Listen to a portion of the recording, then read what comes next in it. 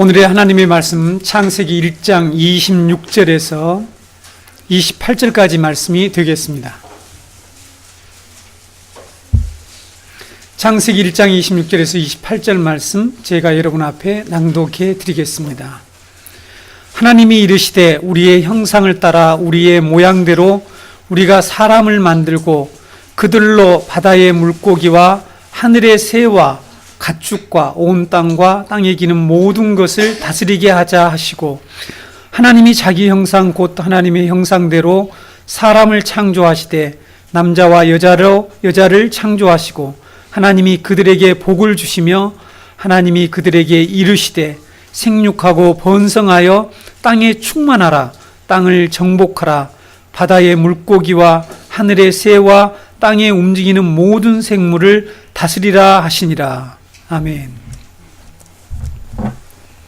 여러분이 잘 아시는 바와 같이 오늘은 2013년 한 해를 마무리하는 주일입니다. 한 해를 돌아보면서 하나님께서 베푸신 은혜를 감사하는 그런 주일이 되었으면 좋겠고요. 제가 오늘 이 주일을 어떻게 여러분과 함께 또 이 2013년을 마무리할까를 묵상하며 기도하다가 그동안 주일 아침에 강론해온 창세기 말씀을 종합해서 정리하고 요약하면서 이 한 해를 마무리하겠다라는 그런 생각을 하게 되었습니다. 하나님의 구원의 역사의 전체적인 줄거리를 그래서 오늘 이 시간에 다시 한번 이렇게 정리하고 요약하면서 장차 하나님께서 반드시 성취하실 구원이 무엇이며 우리가 해가 변하고 시간이 갈수록 성도가 진정으로 붙잡아야 할 소망이 무엇인지를 다시 한번 확인하는 그런 시간을 가지려고 합니다. 창세기 강의를 이 자리에는 창세기 강의를 처음 1장부터 듣지 못하시는 분들이 계실 텐데요. 오늘 말씀을 잘 들으시면 창세기 전체의 줄거리뿐만 아니라 하나님께서 지금 역사 가운데 펼쳐가시는 구원의 목표가 무엇인지, 그리고 이 시간에 여기에는 초신자로서 신앙생활을 시작한 지 얼마 안 되신 분도 있고 아직까지 전혀 훈련을 받지 않으신 분이 있을 텐데, 오늘 이 말씀을 듣게 되면 기독교가 말하고 있는 복음이 무엇인지를 알고 아주 짧은 시간에 이해할 수 있게 될 것입니다. 어쩌면 이전에 오랫동안 교회 다니신 분들과 같이 이 말씀을 이해할 수 있는 그런 순간이 될 수도 있겠습니다.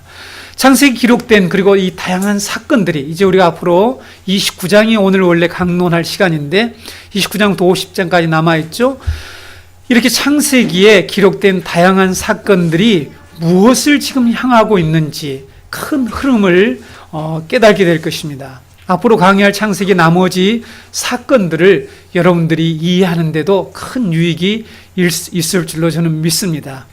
우리는 성경 전체의 내용을 다음과 같이, 즉 복음을 다음과 같이 요약을 할 수가 있습니다. 여러분들 잘 귀담아서 들으시기 바랍니다. 오늘 제가 여기 올라오기 전에 기도한 내용이 무엇인가 하면 하나님이 설교 시간이, 말씀 강론 시간이 아주 짧게 느껴지도록 해달라고 기도를 했습니다.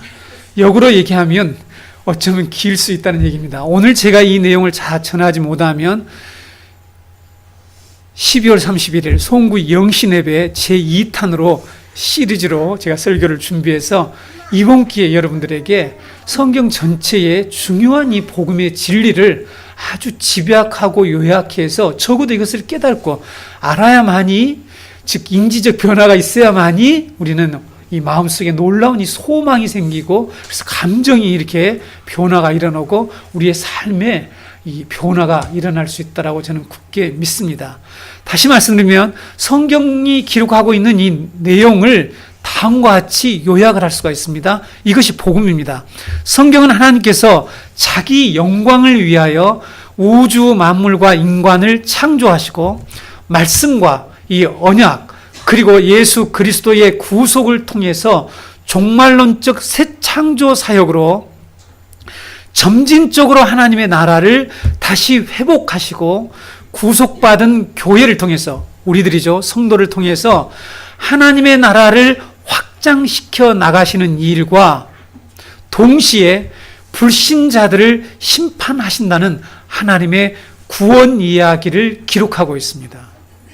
이것이 성경 전체의 중요한 줄기를 이루고 있는 그런 내용입니다. 그리고 성경 역사 전체에 걸쳐 일어날 중요한 구속 사건들의 최종적인 목표가 바로 하나님의 영광입니다.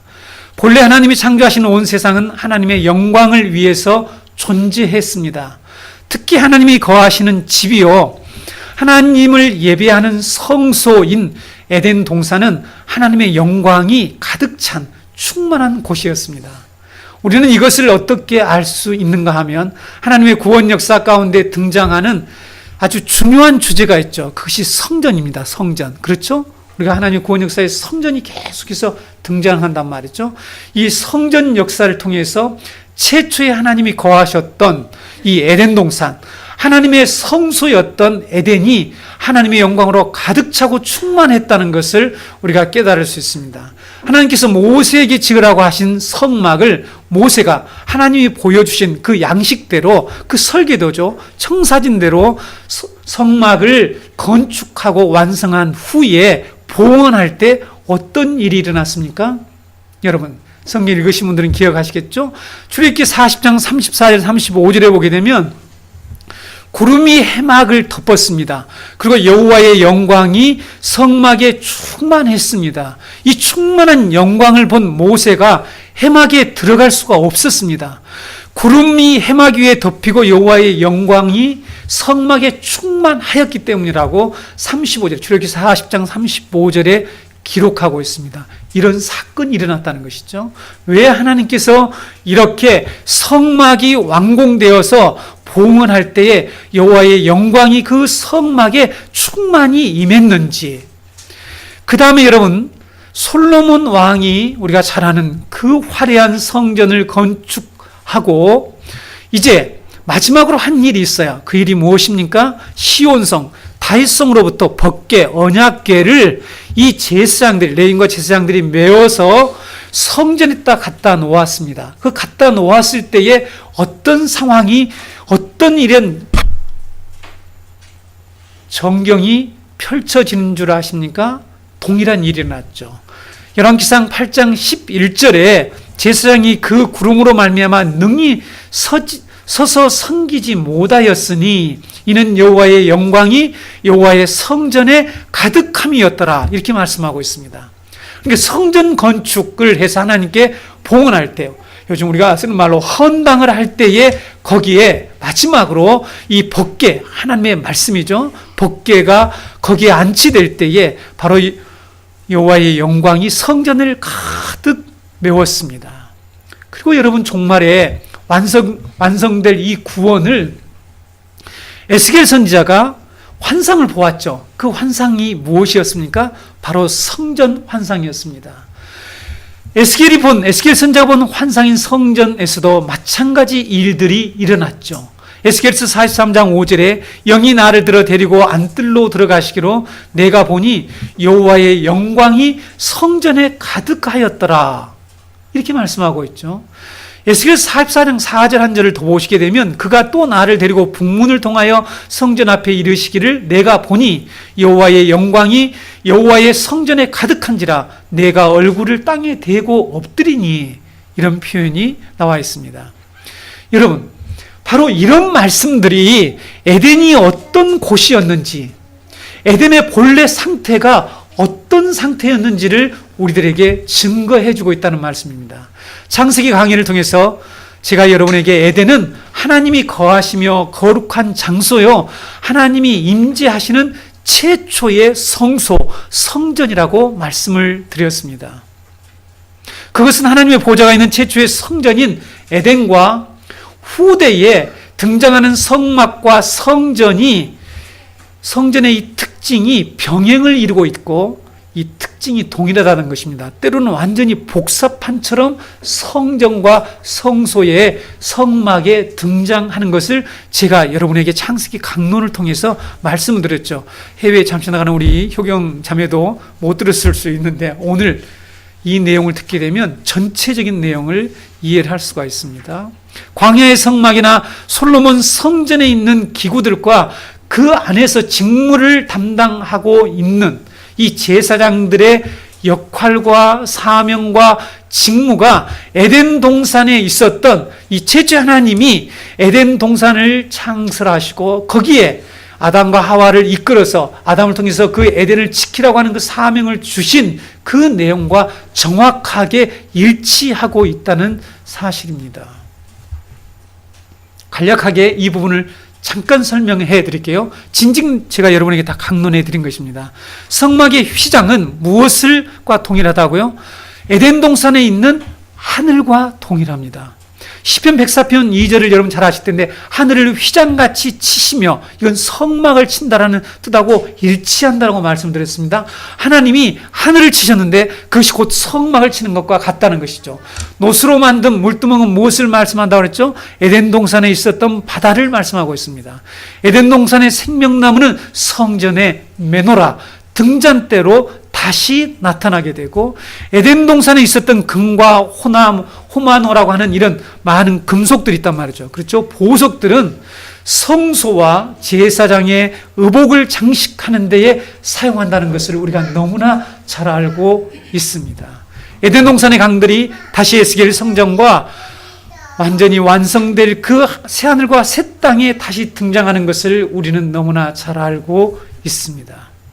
그리고 여러분, 에덴 동산을 경작하고 지키는 이 아담의 직무가 정확하게 성전에서 봉사하고 섬기는 제사장의 직무와 문자적으로 정확하게 일치한다는 것을 제가 여러분에게 말씀을 드렸습니다. 그래서 여러분, 에덴은 하나님이 임재하신 최초의 성전이었고, 이 성전에는 하나님의 영광이 충만하게 임재해 있었음을 우리가 알 수 있다는 것입니다. 그리고 여러분, 제가 지금 여러분의 성경 전체 내용을 요약해 드리고 있습니다. 마치 앞에 계속 강의하다가 종합판으로 여러분에게 지금 강의를 요약하는 건, 정교회는 무슨 강의 듣나, 물론 성도님들 중에 꼭 강의 같다라고 하시는 분들이 있는데 맞습니다. 제가 강론을 하고 있기 때문에 잘 여러분들이 이것을 정리하고 이해하셔서, 그래야만이 우리가 구원이 무엇인지, 복음이 무엇인지, 그 복음이 가져올 그 마지막 최종적인 그 결과가 무엇인지, 하나님은 지금 이 역사를 궁극적으로 어디를 향해서 이끌어가고 있는지를 우리 그리스도인들은 분명하게 깨닫고 확신해야만이 우리가 이 썩어질 세상의 소망을 붙들지 않고 살아갈 수 있다는 말입니다. 이 세상의 유혹을 받지 않을 수가 있다는 거죠. 세상에서 욕심을 부리지 않을 수가 있습니다. 자기 유익을 챙겨서 남을 짓밟고 사람을 깔보는 이런 오만한 일들을 하지 않을 수 있다는 것이죠. 그러니까 우리가 복음을 제대로 알아야만이 우리의 삶, 이 기독교 윤리도 거기에서부터 나온다는 것입니다. 오늘날 이 기독교 윤리가 없는 완전히 이것이 무너진 이 현재 우리의 모습은 바로 이 복음에 대한 확고한 확신과 믿음이, 또 그 복음이 제대로 정리되어 있지 않기 때문이라고 저는 생각하고 있습니다. 여러분, 마지막으로 여호와의 영광이 충만하게 나타난 성전이 있습니다. 그것이 무엇입니까?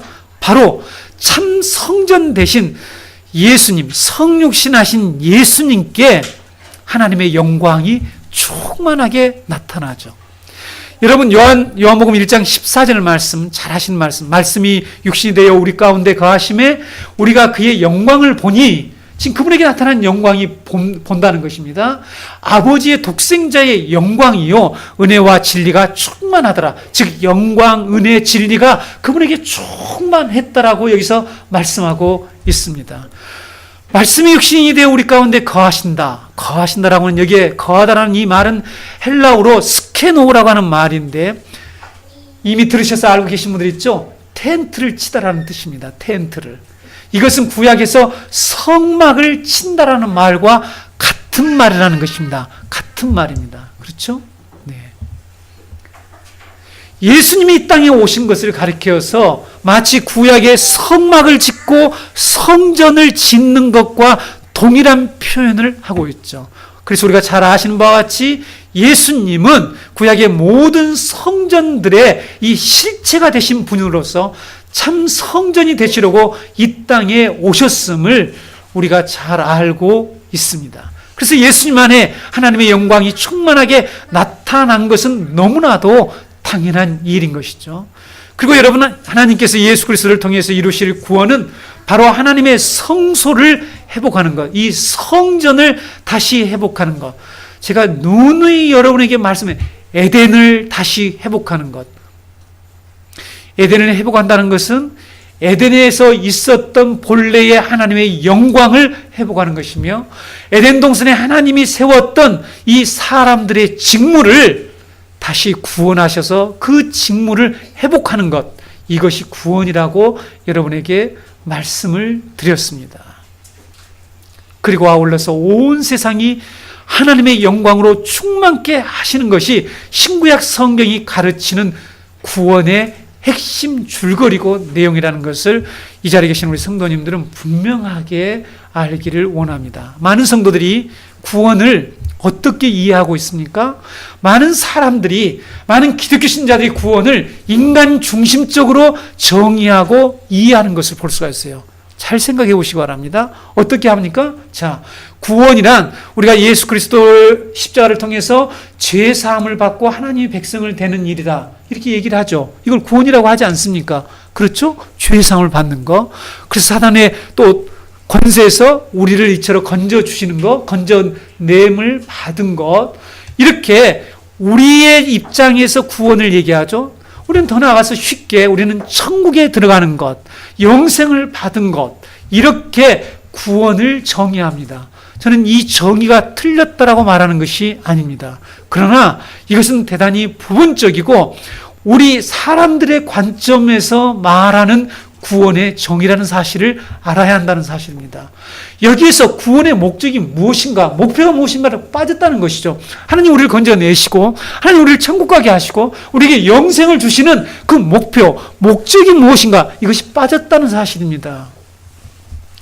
하나님의 구원의 궁극적인 목적은 하나님의 영광을 회복하는 것이에요. 그렇죠? 하나님의 영광이 온 땅에 충만하게 되도록 하시는 것이 하나님이 구원하시는 궁극적인 목표라는 것을 우리가 꼭 알아야 합니다. 구약의 하나님의 사람들은 온 땅이 하나님의 영광으로 충만하게 되는 것을 깨닫고 있었습니다. 그들이 이것이 구원이라는 것을 분명히 알았다고 저는 믿습니다. 시편 72편 19절에 보게 되면 그 영화로운 이름을 영원히 찬송할지어다. 온 땅에 그의 영광이 충만할지어다. 아멘, 아멘 하는 이런 말씀이 있습니다. 이사야 선자가 이사야서 6장 3절에 서로 불러 이르되 거룩하다 거룩하다 거룩하다 만군의 여호와여 그의 영광이 온 땅에 충만하도다 하더라. 여러분, 이 말씀이 언제 임했냐면 이사야 선지자, 이사야가 선지자로 부름을 받을 때에 환상을 보게 됩니다. 거기서 성전의 환상, 보좌에 앉아 계시는 하나님을 보게 되고 성전을 보게 되는데, 그때에 이런 하나님의 말씀을 듣게 되는 것이죠. 이런 환상을 보게 됩니다. 하나님의 영광을 온 땅에 충만케 하시는 일이 하나님의 구원의 목표라는 것은 이처럼 하나님의 선지자들과 하나님의 사람들은 깨닫고 있었습니다. 뿐만 아니라 하나님께서도 이것을 친히 맹세하시기까지 하셨다는 것을 우리는 꼭 알아야 합니다. 이스라엘 백성들이 출애굽을 해서 바람 광야에 도착했습니다. 신광야와 같은 지역이죠. 바로 이것은 가나안 땅을 3, 4일, 길게는 한 일주일 정도면 들어갈 수 있는 그 위치에 오게 되었죠. 여기서 어떤 일을 하게 됩니까? 모세가 각 지파, 12지파에서 한 명씩의 리더를 뽑습니다. 그래서 그들을 정탐꾼으로 파송을 하게 되죠. 어디로요? 약속의 땅으로 파송을 하게 됩니다. 그래서 그들을 가나안 땅에 들어가서 모세가 지시한 대로 조사를 해서 보고 리포트를 하라고 이렇게 명령을 했죠. 12명이 이처럼 탐사를, 우리말로 하기엔 탐사를 가게 되죠. 탐사를 가서 그 동일한 지역과 동일한 모든 상황들을 보았습니다. 하나님의 약속을 굳게 믿고 신뢰하는 여호수아와 갈렙은 우리가 바로 올라가서 그 땅을 취하자, 우리가 능히 이길 수 있다라고 하는 이런 하나님의 약속에 근거한 긍정적인 리포트를 했는데 나머지 10명의 정탐꾼들은 하나님이 들어가게 하시겠다는 이 약속의 땅을 악평을 했습니다. 우리는 그곳에 들어갈 수가 없다. 그리고 그 가나안 땅은 주민을 삼키는 땅이다. 그곳에는 네피림 후손 아낙자손, 이 거대한 사람들이 살고 있는데 그들 앞에 우리를 대놓으면 우리는 메뚜기 같은 존재다 라는 이런 부정적인 보고를 하게 됩니다. 이 결과가 어떻게 나타납니까? 공동체의 혼란을 가져오게 되죠. 공동체가 완전히 발칵 뒤집히는 그러한 일들이 벌어지고 말았습니다. 백성들이 밤새 통곡을 하게 되죠. 하나님이 우리를 애굽에서 이끌어내서 그 땅으로 인도해서 칼에 죽이려 한다. 우리의 처와 자식들을 잡혀 죽을 것이다. 이런 얘기를 하면서 불평을 합니다. 그리고 차라리 이 광야에서 죽었으면 좋았을 텐데 라는 말을 서슴없이 하면서 지도자를 세워서 우리가 애굽으로 돌아가자는 말을 합니다. 그러면서 여호수아와 갈렙, 아론을 대적하게 되는 것이죠. 모세가 그들에게 사정을 하죠. 백성들아, 이스라엘 백성들아, 하나님을 거역하지 말라. 하나님이 그 아름다운 땅, 젖과 꿀이 흐르는 땅을 우리에게 주실 것이다. 설득을 했습니다. 성도 여러분, 지금 복음을 제대로 전하는 모든 설교자들이 바로 이 일을 하고 있는 것이죠. 여러분, 하나님이 약속하신 그 땅을 우리에게 주실 것입니다. 하나님이 이 온 땅을 다시 회복시키셔서 하나님의 영광스러운 땅, 영광이 충만한 곳으로 하나님이 우리와 함께 임재하시며 우리가 그곳에서 하나님을 예배하는 성전으로 만드실 것입니다. 이렇게 설득을 하는데 안 믿는 사람들이 있어요. 여전히 안 믿는 사람들이 있죠. 그때 그들이 어떻게 한 줄 아십니까? 그 돌 많은 가나안 땅에서, 이 광야에서 돌을 들고, 여러분 3명만 돌 들어도 저도 너무 두려울 것 같아요. 3명만 돌을 들고 치려고 해도 얼마나 많은 숫자인지 아시죠? 네, 약 200만 명에 가까운 사람들이 얼마나 돌을 들었는지는 모르겠습니다만은 12지파에 10명만 돌을 들었어도 그 돌을 들어서 던지면 어떻게 되겠어요? 돌을 들어서 모세와 아론을 치려고 했습니다. 그때 하나님께서 나타나셨어요. 하나님께서 나타나셔서 하신 말씀이 여러분 무엇인 줄 아십니까? 자, 민수기 14장 21절에서 23절에 기록되어 있습니다. 그러나 내가 진실로 내가 살아있는 것과 여호와의 영광이 온 세계에 충만한 것을 두고 맹세하노니, 여기서 지금 하나님의 맹세가 나옵니다. 여러분, 우주 만물을 창조하신 유일하신 하나님이, 살아계신 하나님이 맹세를 하셨대요. 무엇을 맹세하시는지를 여러분 분명히 아셔야 합니다. 그 하나님이 여호와의 영광이 온 세계에 충만한 것을 두고 맹세한다.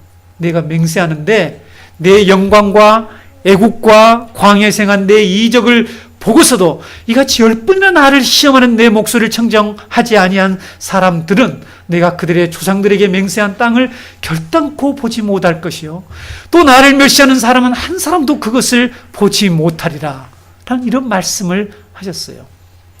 하나님의 백성이 되기를 거부하고 하나님의 약속을 믿지 못하는 자들을 향해서 하나님이 맹세를 하셨는데, 그 맹세의 내용이 우리의 구원의 최종적인 결과, 하나님이 우리를 구원하신 그 목표인 여호와의 영광이 온 세계에 충만하게 될 것을 맹세하셨다는 사실입니다. 성도 여러분, 구원을, 우리 인간은 극히 우리 중심적으로 살잖아요. 구원도 그렇게 지금 계속 정의하는 거죠. 내가 구원받았다. 내가 천국 갈 것이다. 내가 하나님의 백성에 대해서 복받을 것이다. 전부 나와 관련시켰죠. 하나님의 구원은 하나님의 영광을, 하나님의 성전을 회복하는 거예요. 우리가 그 안에서 사는 것 자체가 엄청난 일이에요. 근데 우리는 여전히 이 이기적인 세상에 살면서 내가 생각하는 그런 구원을, 물론 성경 그렇게 표현한다라고 말씀드렸습니다. 성도 여러분, 구원받은 우리 성도들이, 교회가 가져야 할 믿음과 소망은 이 세상이 얼마나 교만합니까? 정직하지 못합니까? 우상 숭배에 빠져서 하나님의 영광을 탈취하는 이 죄악으로 덮여있는 세상이 여호와의 영광을 인정하게 되고 하나님의 여호와의 영광이 충만하게 될 날이 반드시 도래한다는 것이 우리가 가져야 할 소망입니다. 소망.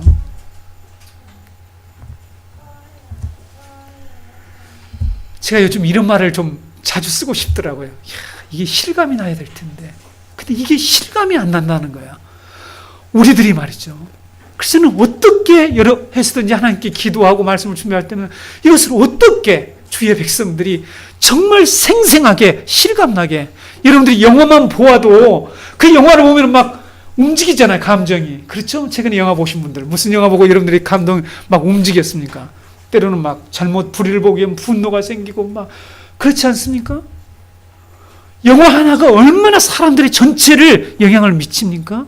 저는 여러분들에게 정말 이 하나님의 구원 이야기를 생생하고 실감나게 전파되어서 여러분들이 이 사실, 이러한 하나님의 구원의 복음을 굳게 믿도록 하나님께 기도하고 있습니다. 여러분, 우리가 믿어야 할 그 믿음, 소망, 하나님의 영광을 인정하는, 온 세상이 인정하는 날이 반드시 온다는 것입니다. 그 영광이 온 세상을 뒤덮을 것이라고 성경은 말씀하고 있고, 하나님은 오늘 이처럼 하나님의 약속을 믿지 못하는 이들에게 맹세까지 하시면서 구원의 최종적인 그 목적을 말씀하고 계십니다. 하박국 선지자는 부패하고 술을 즐기며 쾌락을 줬고, 성경에 나와 있습니다. 여러분, 하박국서에 나와 있습니다. 쾌락을 줬고 불의와 우상숭배, 거짓과 교만한 자들이 판을 치는 타락한 세상을 보고는 어떻게 했습니까? 하나님께 불평을 했어요. 원망을 했습니다. 여러분 아시죠? 하나님께 하박국 선지자가 원망을 해요. 그 내용이 길지만 오늘 제가 여러분에게 간단하게 한 절만 소개할게요. 하박국서 1장 13절에 보게 되면, 주께서는 눈이 정결하심으로 악을 참아 보지 못하시며 패역을 참아 보지 못하시거늘 어찌하여 거짓된 자들을 방관하시며 악인이 자기보다 의로운 사람을 삼키는데도 잠잠하시나이까? 라는 이런 원망을 해요. 이런 불평 섞인 내용을 가지고 하나님께 하소연한다고 할까요? 좀 더 부드러운 얘기를 표현하면 하나님을 향하여서 이런 불평을 했습니다. 여러분, 제가 최근에요, 군대 가서 의문사를 당한 자기 아들이 의문사를 당했는데, 거기다가 또 어떤 일까지 벌어진 줄 아십니까? 그 수사하는 헌병이 그 엄마에게 성관계를 요구하는 이런 얼토당토는 정말 나쁜 일이 벌어졌잖아요. 그래서 이것이 완전히 공개가 됐잖아요. 인터뷰한 내용들을 여러분 보셨는지 모르겠지만, 이런 일을 당하는 이 엄마의 여러분 그 아픔과 이 불의에 대해서 어떤 상태겠어요? 그렇죠? 여러분, 이런 사람들이 한두 사람이 아니지 않습니까? 이 세상에서 억울하기 짝이 없는 이 세상에 수많은 사람들이 있는데, 하나님이 이것을 마치 방관하신 것처럼 보이고, 악인들이 의로운 사람들을 전부 집어삼켜서 오히려 악이 득세하고, 힘있고 돈 있는 사람들이 이 갓나하고 힘없는 사람들을 죽이고 피 흘리고 죄를 뒤집어 씌우는 이러한 일들이, 이런 죄악들이 온 세상에 만연하고 있는데, 이것을 본 하박국 선지자가 하나님께 원망을 했다는 사실이에요. 여러분들이 그런 일을 직접 만약에 당해본다라면, 여러분, 우리도 하박국 선지처럼 이런 원망과 불평 섞인 이런 하소연이 우리 입에서 절로 나올 수밖에 없게 되는 것이죠. 이때 하나님이 어떻게 하시는지 아세요? 하박국, 노트 가져와라 그랬습니다. 노트. 성경에 그렇게 안 기록되어 있죠. 네. 하나님께서 토판을 가져와라. 그래서 지금부터 판에다가 기록해라. 달려가면서 너가 읽을 수 있도록 해라. 이렇게 하나님께서 당시의 노트가 토판입니다. 맞죠? 예. 토판을 가져와서 기록하게 했어요. 여러분이 잘 아시는 말씀이 거기에 기록되어 있습니다. 의인은 오직 믿음으로 살리라. 그리고 여러분 그 말씀을 하신 후에 또 기록하라는 말씀의 내용이 있죠. 하박국 2장 12절로 14절입니다. 피로 성읍을 건설하며 불의로 성을 건축하는 자에게 화 있을진정. 오늘날 통치자들이 이런 짓을 너무 많이 하고 있지 않습니까? 피로 성읍을 건설하잖아요. 수많은 정적들과 사람들을 죽이면서 성을 구축하고 있습니다. 그렇죠? 이 시티를 만들고 있어요. 자기 나라를 세우고 있단 말이에요. 이 사람들에게 화가 있을 것이다. 민족들이 불탈 것으로 수고하는 것과 모든 민족들이 하나님의 심판 앞에 잿더미가 될 것들로 수고를 하고 있는 것과 나라들이 헛된 일로 피곤하게 되는 것이 지금 하고 있는 모든 일들이 결국은 피곤하게 된다는 거예요. 이런 것들 피곤하게 되는 것이 만군의 여호와께로서 말미암음이 아니냐. 이게 무슨 뜻이에요? 하박구가 지금 되어진 일들이 하나님이 하고 있는 일이야. 그들이 그렇게 하는 거 하나님께서 섭리하고 있는 것이야. 그들은 하나님의 심판을 지금 위해서 그런 일을 하도록 하나님께서 계속해서 허용하고 있는 것 뿐이야. 하나님이 그런 하나님과 관련되어서 이런 일들이 벌어진다는 것을 하나님께서 말씀하고 있습니다.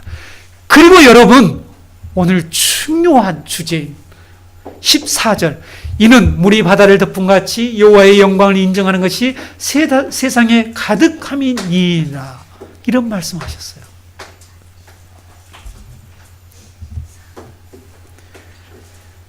여러분, 우리 성도는 지금 이 세상에 되어지는 불법과 불의와 억울함과 수많은 이 고통을 보면서 우리가 하박국처럼 하나님께 불평을 할 때 하나님께서는 이미 우리에게 성경 66권을 기록해 주셔서 우리에게 의인은 믿음으로 말미암아 살리라.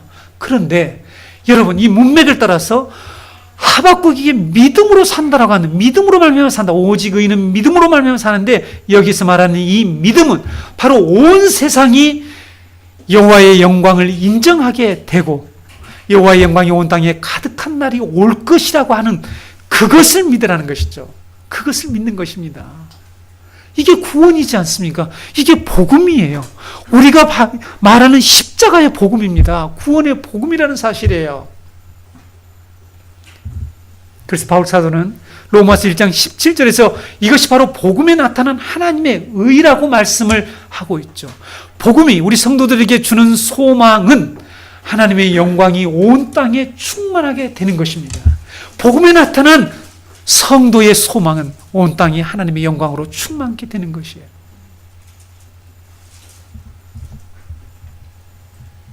그래서 사도 바울은 구속받은 성도는 하나님의 영광에 초점을 맞춰서 살아야 된다라고 가르치고 있습니다.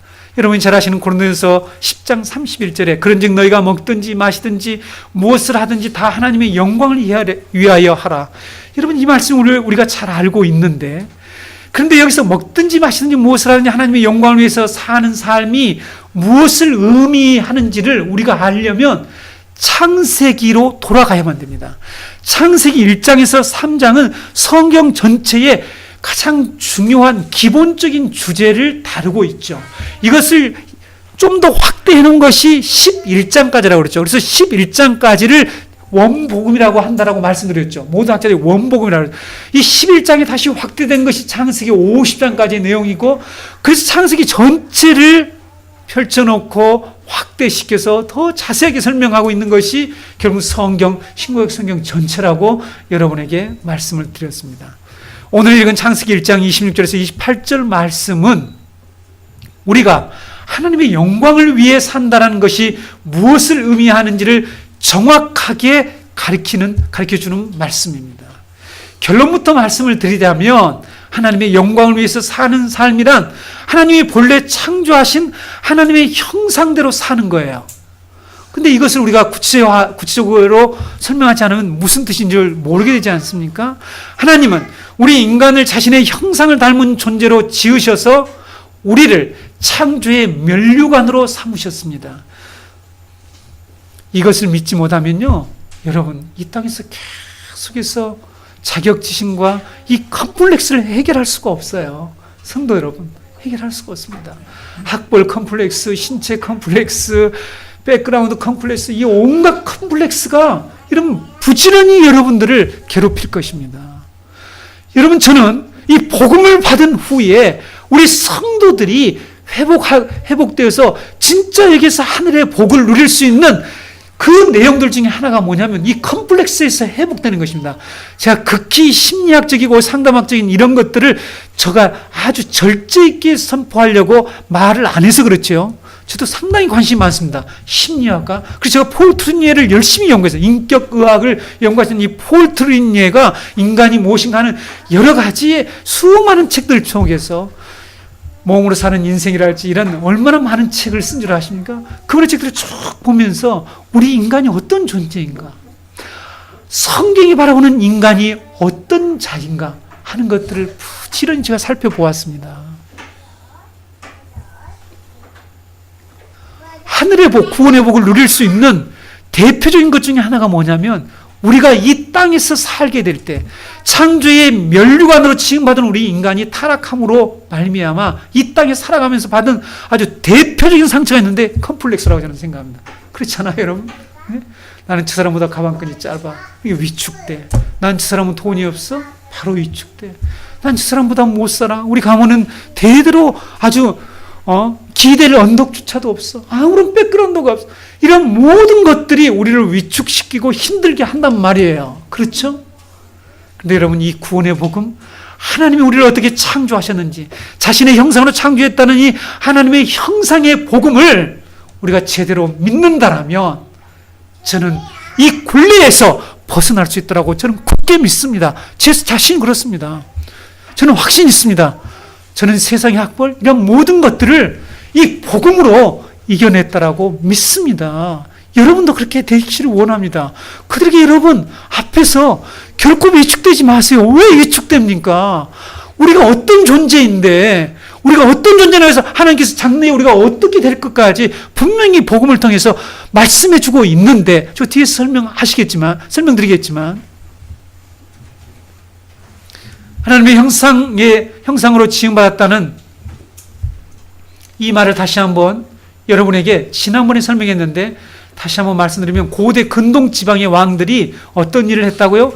자신이 이 통치하는 그 영역, 지방에 무엇을 세워요? 자기를 닮은, 자기와 똑같은 이 형상을, 신상을 세우는 거죠. 형상을 세웠단 말이죠. 다니엘서 나오지 않습니까? 형상을 만들고 절하지 않는 다니엘의 올무를 잡아가지고 그 밑에 있는 사람들이 시기해가지고 다니엘을 딱 잡아서 죽이려고 했지 않습니까? 그렇죠? 절하는데 다니엘은 절을 안 하는 거야.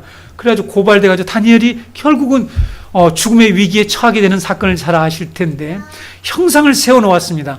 그 형상을 세운 목적이 뭐라고 했습니까? 그 지역에 대한 왕의 주권적인 임재와 통치를 드러내기 위한 표상으로 만들어 놓았다고 그랬죠. 다시 얘기하면 왕이 저기 궁궐에 있는데 여기도 지금 임재해 계시나 있다는 거예요. 여기에도. 북한도 그 짓을 지금 잘하고 있잖아요. 세워놓고, 예, 만수대인가 어딘가 제가 가보질 않아가지고 세워놓고, 김정일 김일성 동상 세워놓고 그렇게 절을 하면서 지금도 임재하신 신으로 믿더라고요. 제가 최근에 내용을 보니까 인터뷰하는 게 아주 북한에서 온 사람들 얘기를 들어보니까 신으로 믿고 완전히 신격화가 되어 있다라는 사실을 아주 고위급 북한에서 탈주하신 분이 얘기한 걸 제가 듣고 북한 사회를 이해하게 되었습니다. 이렇게 그분이 이 왕이 여기 있지 않지만 지금 여기를 다스리고 있고 그분은 여기에 있는 것과 동일하다. 이것을 그들에게 자꾸만 인지시켜주고 그렇게 믿도록 하기 위해서 이처럼 이 형상, 왕의 형상을 세웠다는 것이죠. 하나님은 당시에 그 모든 당시의 문화적 상황을 통해서 지금 하나님의 말씀을 광야교회 이스라엘에게 선포하신 거예요. 그렇죠? 이것은 당시의 문화였단 말이죠. 그래서 우리가 하나님의 형상으로 지음을 받았다는 이 말씀 속에 하나님이 아담을 자신의 형상으로 창조하셨다는 이 의미는 하나님께서 아담을 하나님이 창조하신 이 세계에 하나님의 임재와 통치를 대표하고 드러내는 자로 삼으셨다라는 뜻입니다. 여러분 정확히 꼭 정확히 여러분 기억하고 계세요. 하나님의 형상에 대한 여러분 설명이 얼마나 많은 줄 아세요? 너무너무 많아요. 그러나 오늘 제가 여러분에게 말씀드린 것이 아주 정확하고 분명합니다. 이것을 꼭 기억하셔야 합니다. 하나님의 형상에 대해서 아주 갖가지 학설들이 너무너무 많아요. 그런데 여러분 구속사적으로 이 정확한 정의를 분명히 이해해야만이 우리가 구원이 무엇인지를 정확히 이해할 수 있다는 사실입니다. 창세기 1장 28절의 말씀은 하나님이 아담의 임재와 통치를 이 세상에 드러내기 위해서 직무규정이에요. 직무규정. 여러분 회사는 어디 가면 직무규정 있죠? 아십니까? 군대 가면 군 복무규정이 있습니다. 모든 직무규정이 있어요. 그 규정을 하나님께서 아담에게 말씀하신 거예요. 구체적으로 어떤 내용인지 여러분 잘 아시죠? 하나님이 그들에게 복을 주셨다고 말씀하고 있습니다. 하나님이 그들에게 말씀하셨네. 이르시되 생육하고 번성하며 땅에 충만하라. 땅을 정복하라. 바다의 물고기와 하늘의 새와 땅에 있는 모든 생물을 다스리라. 이것이 직무규정이에요. 직무규정.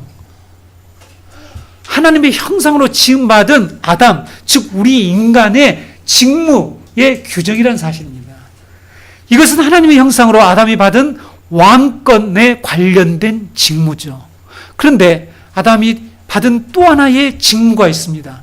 그것을 무엇이라고 말씀드렸습니까? 어디에 나타나 있습니까? 창세기 2장 15절 말씀에 여호와 하나님이 그 사람을 이끌어 에덴 동산에 두어 그것을 경작하며 지키게 하시고, 여러분 두 번째 직무가 뭐라고 했습니까? 하나님은 자신의 형상으로 창조한 아담을 최초의 성전인 성소인 에덴으로 이끌어서 이렇게 돼 있죠.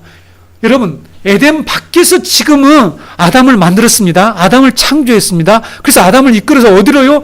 에덴으로 이끌어 오셨어요. 거기에 두시고 거기에서 또 직무 규정을 한 가지 더 말씀하시는데 이곳을 경작해라, 지켜라 라는 이런 직무 규정을 주셨죠.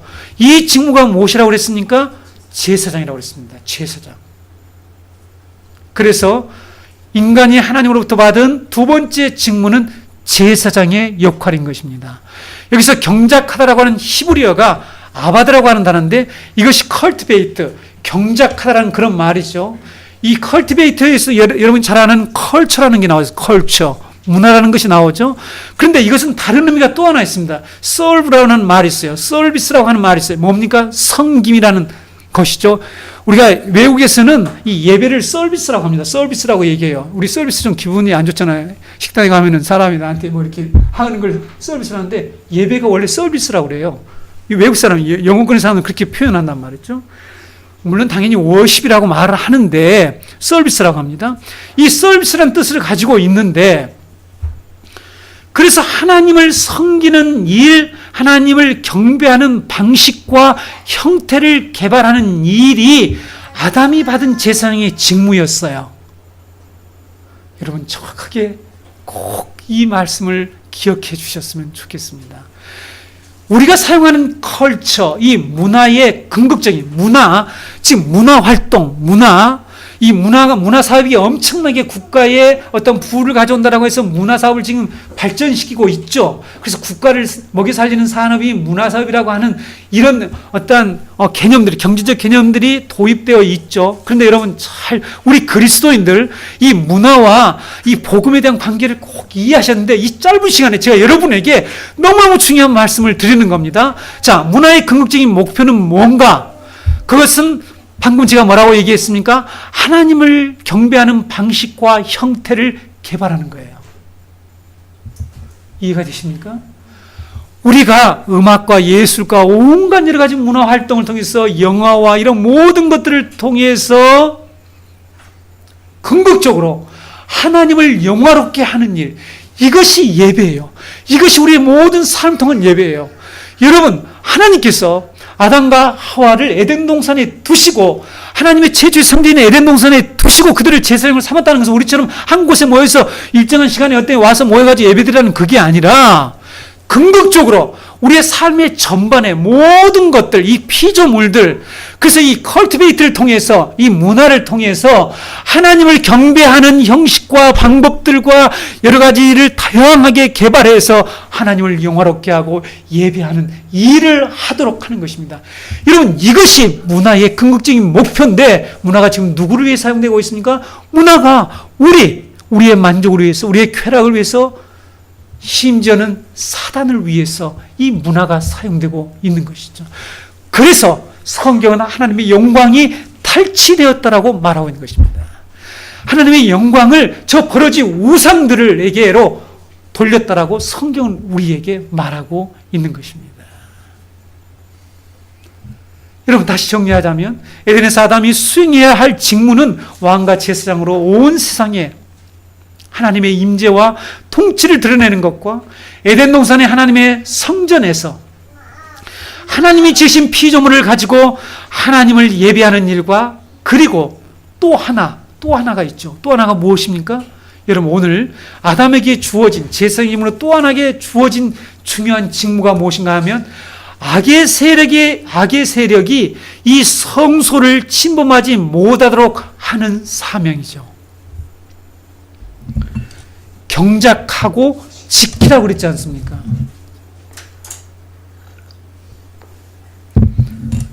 오늘 창세기 강의 80회입니다. 80번째인데 80번째에 계속했던 말씀이 새록새록 생각이 나면서 요약이 너무너무 잘 되시는 분들은 너무너무 기쁘실 것입니다. 그렇죠? 네.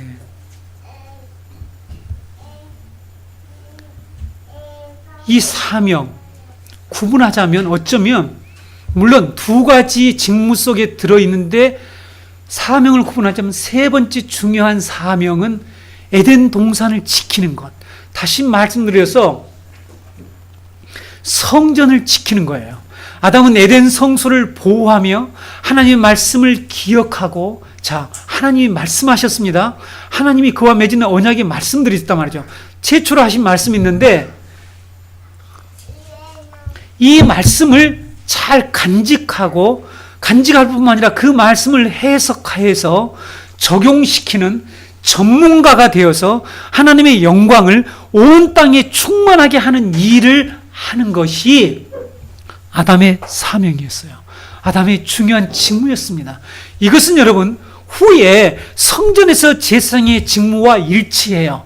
이것을 나중에 여러분들 종교지도자들이, 이스라엘 종교지도자들이 이런 일들을 해요. 사실은 성전에를 여러분 아무나 성전에 개가 들어갈 수 있습니까? 없습니까? 못 들어가. 네. 여러분, 외국에는 개교회도 있어요. 개교회, 도구교회도. 이건 모르세요? 기가 막힌 일이 벌어지고 있습니다.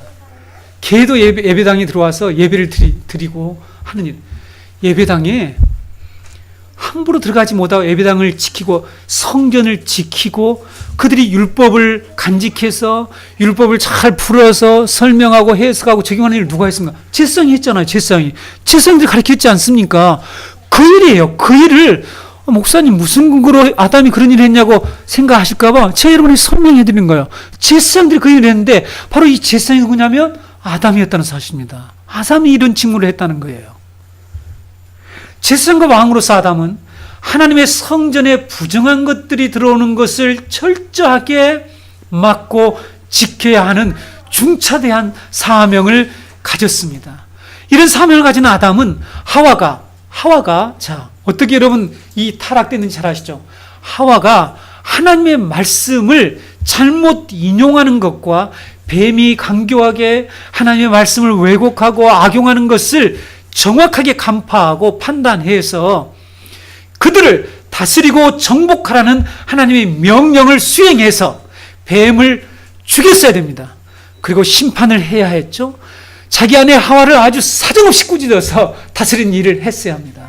여러분, 이 말씀을 이해하지 못하는 페미니스트, 영태 같은 페미니스트들이 이런 바울 서신에 나타나는 여자는 교회에서 잠잠할지니라, 왜 그랬습니까? 하나님의 질서가 이렇게 된다. 누가 타락을 시켰냐? 얘기 나오지 않아요. 하와가 하자. 여자가 타락시켰다. 그 얘기를 하는 거예요. 아담이 다스림을 받지만 아담이 다스리지 못하는 그 책임이 있고 아담의 다스림을 받지 못한 여자로 인해서 타락이 왔다는 것을 얘기하면서 잠잠을 한 것입니다. 권위에 순종하라는 것입니다. 이 권위의 질서 체계 속에 들어오라는 것입니다. 이제 교회는 이 사명을 제대로 하라는 거예요. 이 말씀을 깨닫지 못하는 엉터리 같은 기독교 페미니스트들이 하나님의 말씀을 얼마나 나쁘다고 설명하는지 여러분 아십니까? 그런 수많은 책들이 나와 있단 말이에요. 그렇죠? 그래서 이런 복음을 정확히 깨달아야 돼요. 이 세상에 하나님의 복음을 공격하고 도전하는 수많은 사조들이 지금 교회와 성도들의 영혼을 갉아먹고 있는데 복음을 모르니까 그 얘기를 분별하지 못해서 우리가 해야 될 일이 뭡니까? 구원받은 자. 우리도 뱀의 머리를 짓밟아서 이 하나님의 거룩한 공동체에 사단이 들어오지 못하게 하는 일을 지키는 것이 우리의 사명이에요. 오늘날 교회 직분자들이 구원받은 자의 이 사명, 이 회복된 사명이 무엇인지를 몰라요. 그렇죠? 교회에서 차량 봉사하고 뭐 해가지고 장로하고 이런 것들이 그냥 직무인 줄 알고 있는 이렇게 본질적인 하나님이 우리에게 주신 이 직무를 모른단 말이에요. 그렇지 않습니까?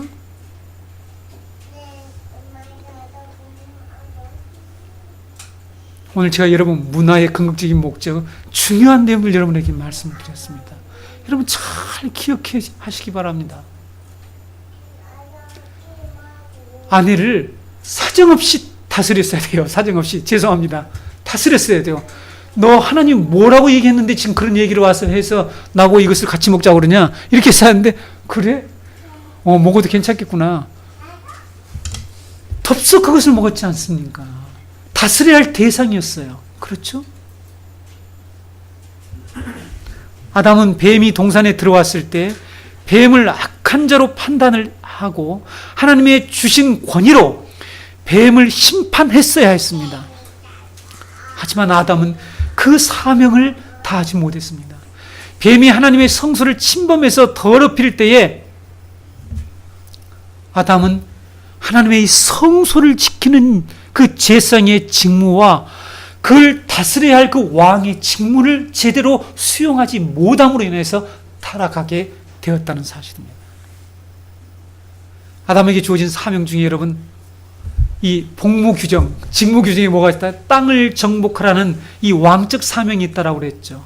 그것은 거룩한 에덴 동산에서 다스림을 시작해서 거룩한 에덴 동산에서 하나님의 임재와 통치를 시작을 해서 드러내는 일을 시작해서 동산 밖으로, 즉 동산 경계로 넘어서, 다시 말씀드리면 이 성전의 경계를 넘어서서 하나님의 임재와 통치가 온 땅에 미치게 해서 온 땅이 하나님의 영광으로 충만케 하는 것이 하나님이 점진적으로 일어나가실 계획이었어요. 그렇죠? 하나님 그 상태에 멈춰두는 게 아니라 이것을, 이 사명을 누구에게 주었자요? 하나님의 형상으로 지음받은 아담에게 준 왕적 사명과 제사장의 사명이라는 사실입니다. 여기서 여러분 교회가 반드시 적용할 내용이 있는데, 오늘 하나님이 복음을 주신 것은, 우리를 구원하신 것은 이 교회당이라고 하는 이 공간 내에서만 자기들끼리 소금 치고 다니지 말고, 제가 늘 얘기했지만 손가마니가 교회만 모여있단 말이에요. 교회만. 세상 이 경계를 넘어서서 교회 밖에 나가서 교회의 공동체의 선을 넘어가지고 온 세상에 하나님의 임재와 통치를 드러내는 이 아담적 사명을 감당하도록 교회를 불러내셨다는 것입니다. 그런데 그것을 어떻게 해야 될지도 모르고 자기의 역사, 경제, 철학, 미디어, 스포츠, 예술 이런 영역에서 어떻게 하나님의 통치를 드러내야 될지를 모르는 이 안타까운 현실이 지금 우리 교회 안에서 일어나고 있다는 거죠. 성경적 책임이 전혀 없단 말이에요. 기독교적 관점이, 퍼스펙티브가 전혀 없단 말이에요. 이런 신자들을 계속해서 교회가 양산해내고 있단 말이에요. 여러분, 네? 교회를 다녔는데 자기가 어떻게 성경적으로 자녀를 양육해야 될지 이것을 모르고 산단 말이에요. 너무 안타깝지 않습니까? 도대체 복음을 들은 것이 20년이 되고 30년이 되고 50년이 되고 아주 인생 전체를 교회를 다녔던 사람들 중에 이런 일들이 벌어지고 있단 말이에요. 그리고 그냥 교회 와서 자기 인간의 문제 해결해달라고 하니까 안 된다니까요. 하나님의 영광이 온 땅을 덮지 않으면 안 돼요. 안 돼. 우리의 문제는 해결되지 않는다니까요. 해결돼봤자 도리하면 탑이래요. 도대체 도로 제자리 돌아가지 않습니까? 네? 그런데 왜 그런 낭비하는 신앙생활을 하느냐는 거예요. 너무 안타깝지 않습니까? 복음을 모르는 이 시대에. 여러분, 이런 복음을 들어보신 적이 있어요?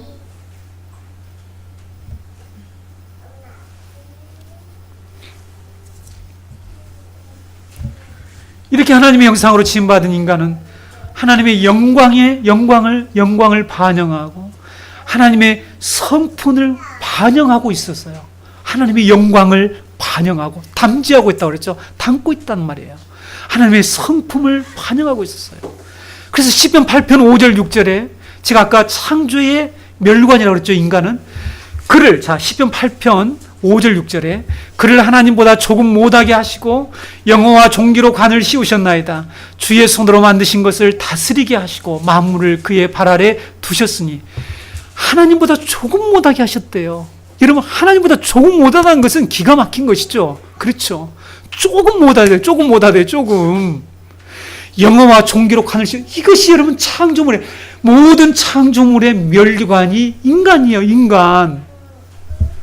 이런 존재예요. 이것을 이런 복음으로 깨달으면 그래서 비로소 우리가 이 세상의 온갖 컴플렉스와 이런 것에서 우리가 드디어 해방되어서 그때부터 살아갈 수 있는 거죠. 복음 받은 사람들은 이 복음을 아는 이 순간부터 거기로부터 좀 해방이 되어서 살도록 하나님이 부르셨는데,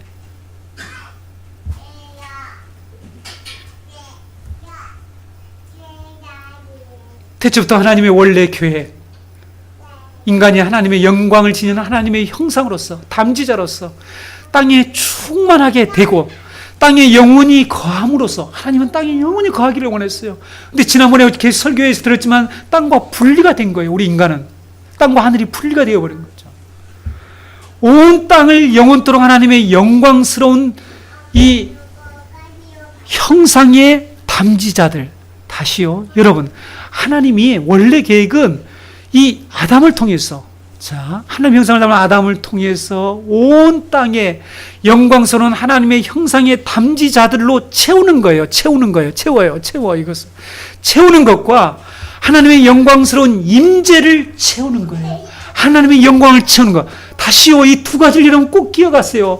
하나님의 영광을 입은 자들을 채우는 거예요. 우리가 자식을 놓고 새끼를 계속해서 놓으면 그들이 타락하지 않으면 하나님의 영광을 담지하는, 하나님의 영광을 반영한 하나님의 형상으로서 이 세상을 채우는 것이잖아요. 채워. 이것이 여러분 하나님이 지금 약속을 통해서 아브라함을 통해서 약속하시고 아브라함의 후손들을 하나님의 백성으로 삼는다고 말씀하는, 그것이 바로 하나님의 영광의 형상을 담지하는 자들을 이 땅에 채우겠다는 것이죠. 티끌과 같이 많게 하시겠다는 그 계획이라는 것이죠. 그래서 이 두 가지 일을 통해서 하나님의 영광을 온 세계에 파급시켜서 여호와의 영광을 충만하게 하는 것이 하나님의 본래의 계획이었다는 사실입니다. 타락하기 이전의 계획입니다.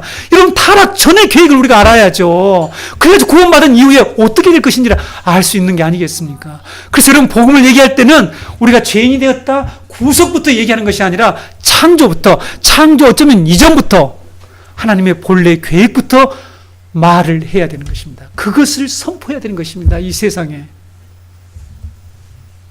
이것을 가리켜서 성경은 하나님의 나라라고 말하고 있는 것입니다. 하나님의 나라. 그래서 우리가 하나님의 나라 회복을 얘기하고 하나님의 나라 확장을 말하는 거예요. 아담은 하나님의 이 계획에 신실하게 순종하지 못했습니다. 하나님이 주신 왕과 재성의 직무를 충실하게 감당하지 못함으로 타락이 오게 된 것이죠.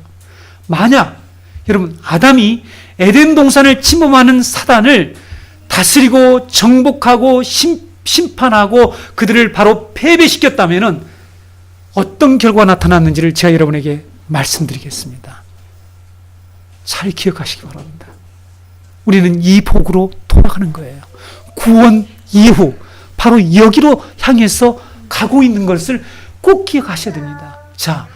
아담이 하나님의 성소를 침범하는 이 사단을 다스리고 많이 패배시키고 심판을 했다라면 자기에게 그런 권위가 있으니까 그런 권한을 주셨으니까, 그런 사명과 직분을 주셨으니까, 하나님이 그런 것들을, 권세를 주셨으니까, 그를 만약에 정복했더라면 창세기 1장 28절에 주신 복보다 더욱 확장되고 상승된, 요즘 말로 할까요? 업그레이드된 이런 복을 우리가 누리면서 살게 되었을 것입니다. 구체적으로 말씀드리죠. 그 확장된 복이란 더 업그레이드죠. 자, 여러분 들으셨는지 모르겠어요. 사실은 여러분 신학교에서 배웁니다. 배우는 데도 있지만 대충 목사, 엊그저께 집사가 신학교 1년 다니고 목사 된 사람이 수두룩 합니다. 지방에 수두룩한데 이런 사람들은 못 배웠을 것이라고 생각하는데 제대로 된 신학교는 배웁니다. 점진적 계시라는 것을 배우죠. 하나님의 복음이 전적으로 하는데 밝아지는 것이죠. 여러분, 하나님의 본래의 계획이 바로 하나님께서 점진적으로 놀라운 하나님의 영광의 나라를 세워나가실 계획이 있었습니다. 그것이 인간의 타락으로 말미암아 잠시 중단되었지만 하나님 그걸 결코 포기하지 아니하시고 예수 그리스도를 통해서 다시 그 계획을 성취시켜 나가는 것이 하나님의 구원의 과정이란 말이에요. 그렇죠? 이것을 배웁니다. 근데 들어보지 못하셨잖아요. 그렇죠? 들어보시면 손 한번 들어보실래요? 그냥 나중에 듭시다. 네. 이 확장된 복이란 생명나무의 열매를 먹게 되는 거예요. 타락하자마자, 여러분, 아담이 범죄하자 하나님 왜 쫓아냈다고 그랬습니까? 생명나무 열매를 먹고 영원히 살까봐 하나님이 쫓아냈다고 그랬지 않습니까? 본래 하나님께서 이 생명나무 열매를 먹게 해서 그들이 온 땅에서 영원토록 거하면서 이 사명을 감당하게 하는 것이 하나님의 계획이었어요. 그래서 새하늘과 새 땅에 생명나무 열매가 사시사철 12과일이 맺혀서 그것을 먹게 된다고 하냐. 이것은 바로 우리가 이 생명나무 열매를 다시 먹는 것이 구원을 통해서 오게 되는 복이고 본래 이것을 받을 수 있는 복이었죠. 그래서 죽음을 경험하지 않고 영원한 생명을 누리며 살 수 있게 되었고, 또 영원한 영원하고 안전합니다. 예. 영원하고 안전한 안식을 경험하는 복을 누리게 되었을 것입니다. 여러분, 당시 고대 근동시대 때에 반대 세력, 적군을 정복하는 것이 안식을 가져온다라고 하는 그러한 믿음과 그러한 신앙들, 그러한 사상들이 당시 시대의 모든 사람이 가지고 있었던 거죠. 그러니까 자 보세요. 여기에서 아담이 이 사단을 만약에 물리치고 정복했다라면, 패배시켰다라면 결과가 뭐냐면 안식이 오게 됩니다. 자, 하나님께서 창세기 1장 2절에 흑암과 혼돈과 공허를 말씀으로 정복하셔서 마지막 7번째 날에 하나님께서 안식하셨잖아요. 이 안식이 우리 인간에게 계속해서 누릴 수 있는 복으로 우리에게 주어졌을 것입니다. 근데 이 안식은 너무너무 안전하고 이것이 그러니까 상승되고 확장된 복이라는 것이죠. 또 한 가지는 아담은 당시의 죄를 범할 잠재성을 가지고 있는 존재였죠.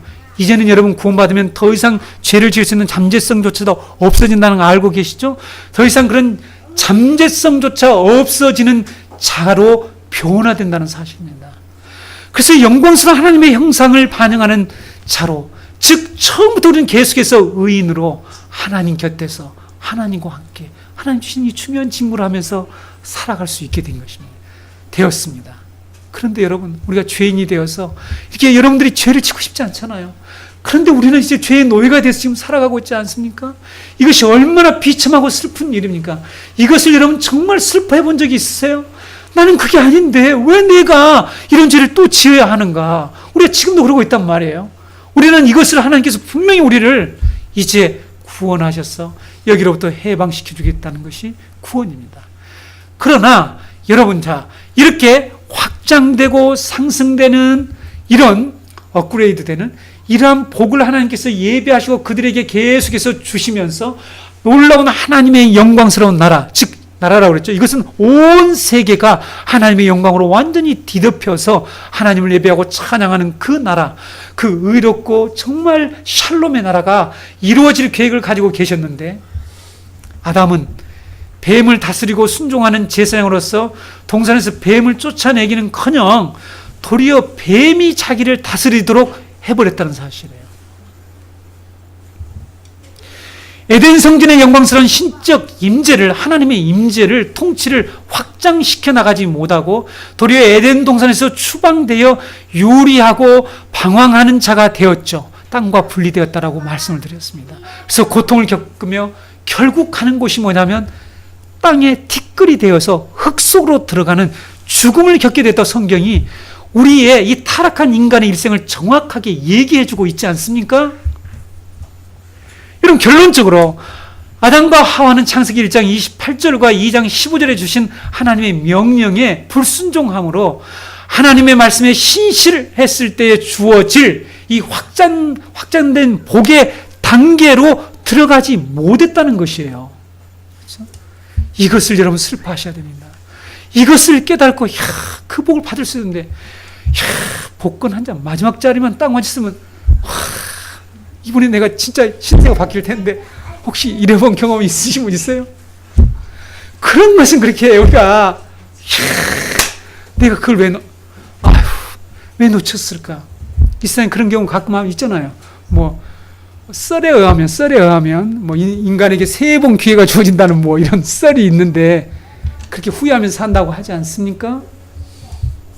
여러분, 성도는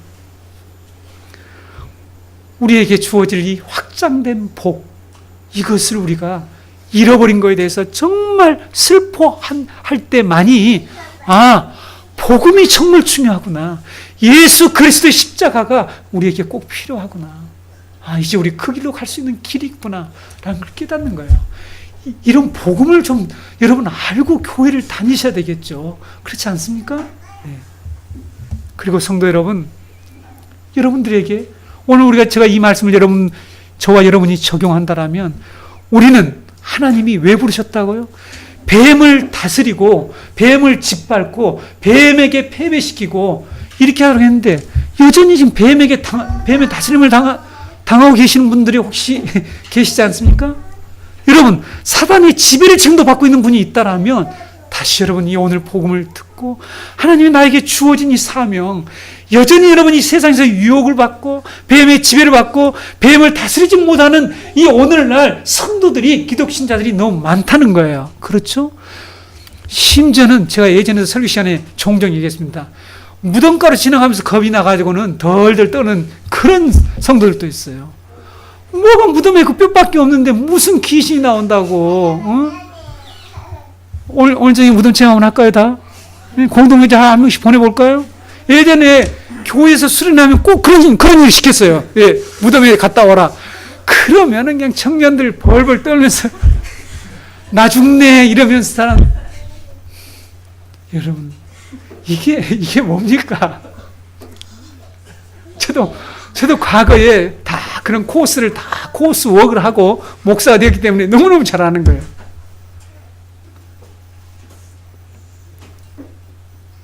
뭐가 그렇게 두렵습니까? 왜 두려워해야 합니까?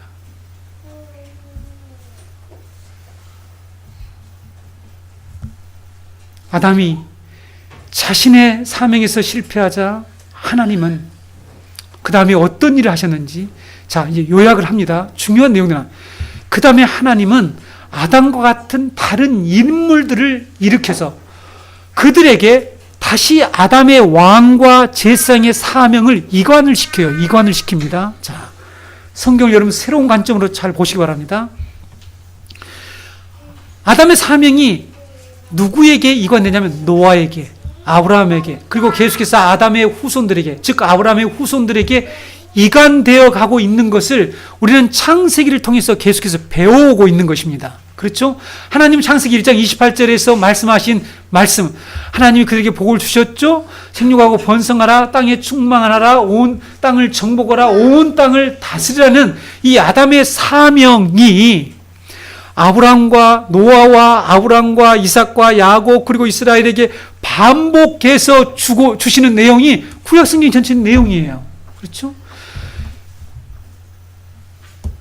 창세기 9장 1절을 우리가 이미 배웠죠. 1절을 보시게 되면 하나님이 노아와 그 아들들에게 복을 주시며 그들에게 이르시되 생육하고 번성하여 땅에 충만하라 그랬죠.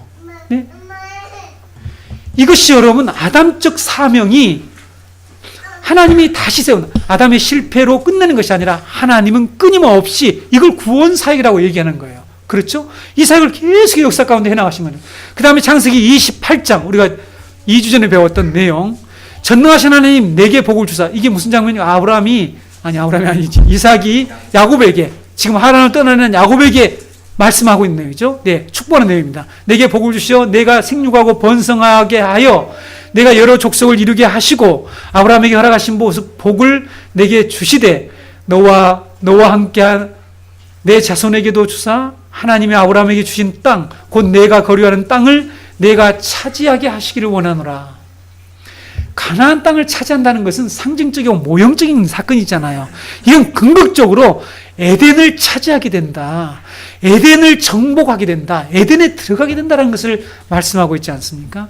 창세기 35장 우리가 곧 배우게 될 내용이죠. 하나님이 그에게 이르시되 나는 전능한 하나님이라 생육하며 번성하라.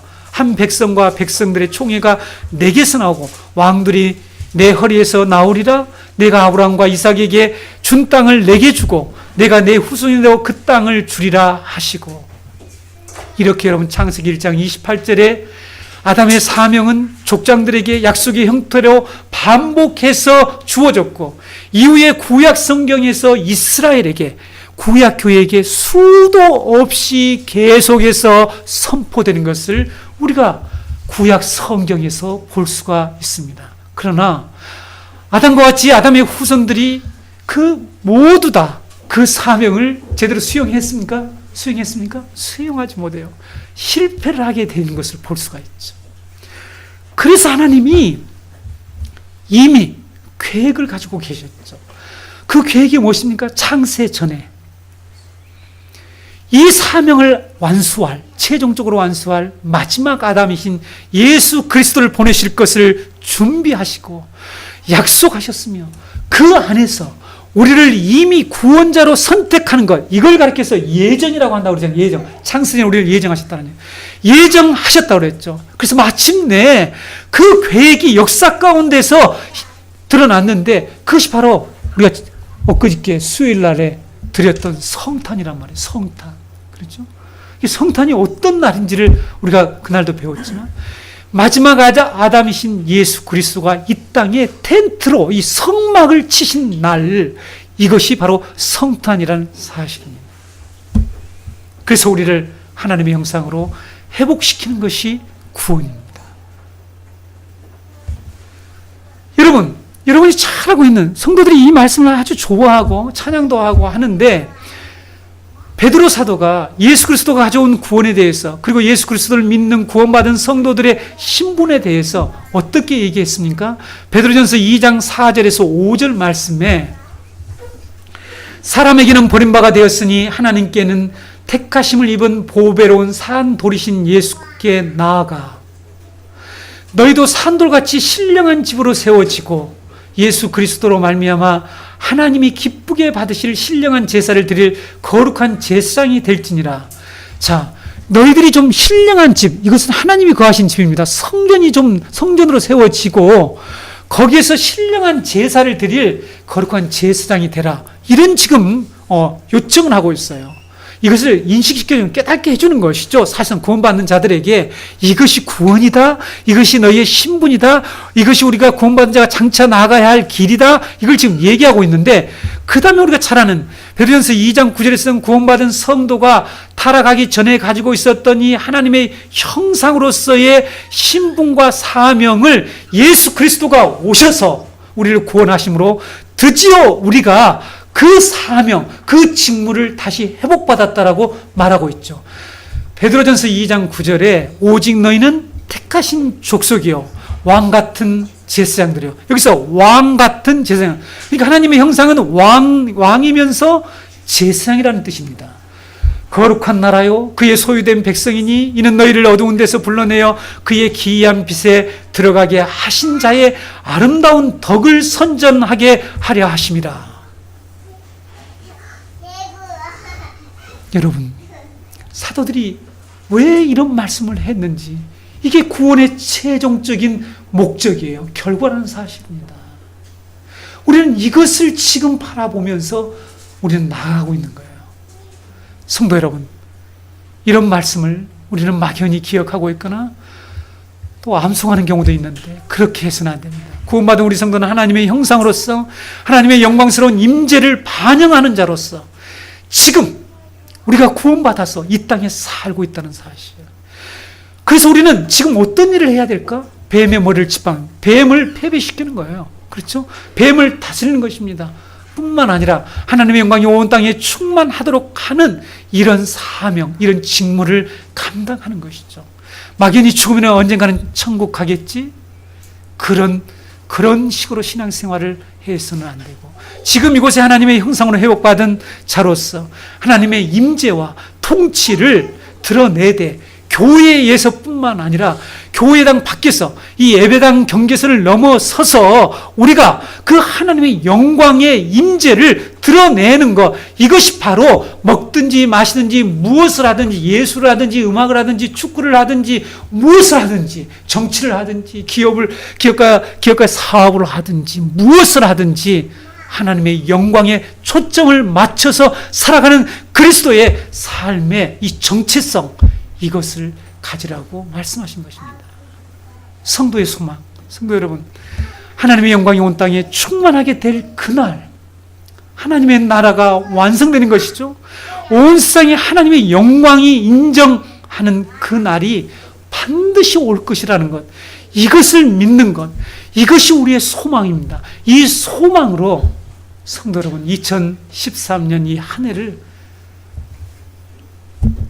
잘 마무리하시고 다시 이 하나님의 구속사적인 이런 큰 시간의 흐름에서 내년 2014년을 시작하는 우리 정은교회 가족들이 모두 되시기를 바랍니다.